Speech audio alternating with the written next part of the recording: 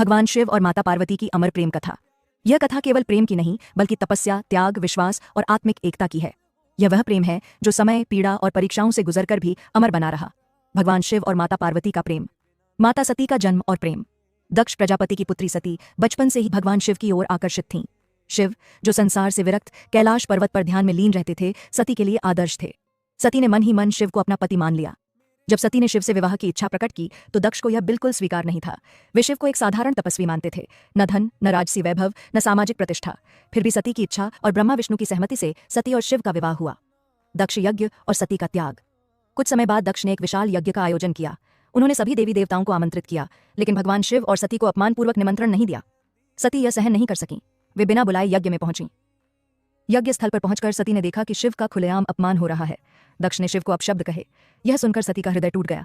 उन्होंने अपने पिता को समझाने का प्रयास किया, लेकिन जब कोई असर नहीं हुआ तो सती ने कहा, जिस शरीर में मेरे पति का अपमान हो वह शरीर मेरे योग्य नहीं।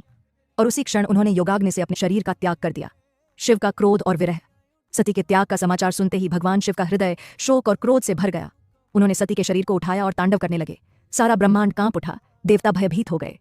तब भगवान विष्णु ने सती के शरीर को अपने सुदर्शन चक्र से खंड खंड कर दिया। जहां जहां सती के अंग गिरे वहां शक्तिपीठ बने। अंततः शिव शांत हुए और कैलाश जाकर गहन समाधि में लीन हो गए। पुनर्जन्म। माता पार्वती। सती ने अपने अगले जन्म में राजा हिमालय और रानी मैना के घर जन्म लिया। इस जन्म में वे पार्वती कहलाईं। बचपन से ही पार्वती भगवान शिव की कथाएं सुनती और उनसे प्रेम करती। उन्हें यह स्मरण था कि शिव ही उनके सच्चे स्वामी हैं। जब पार्वती युवावस्था में पहुंची तो उन्होंने शिव को पाने के लिए कठोर तपस्या करने का निश्चय किया। कठोर तपस्या और परीक्षा। माता पार्वती ने वर्षों तक हिमालय में तप किया। उन्होंने अन्न जल तक त्याग दिया। गर्मी, सर्दी, वर्षा कुछ भी उन्हें विचलित नहीं कर सका। उनका प्रेम किसी स्वार्थ के लिए नहीं था, वह पूर्ण समर्पण था।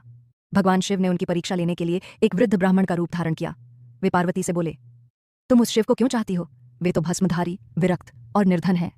पार्वती ने दृढ़ स्वर में उत्तर दिया, आप उन्हें चाहे जैसा समझें, पर वे मेरे लिए संपूर्ण ब्रह्मांड हैं। उनके बिना मेरा अस्तित्व अधूरा है। यह सुनकर शिव प्रसन्न हो गए। शिव पार्वती विवाह। अपनी तपस्या और प्रेम से माता पार्वती ने शिव का हृदय जीत लिया। देवताओं की उपस्थिति में कैलाश पर्वत पर शिव पार्वती का दिव्य विवाह हुआ। यह विवाह केवल दो आत्माओं का नहीं बल्कि शिव और शक्ति के मिलन का प्रतीक था।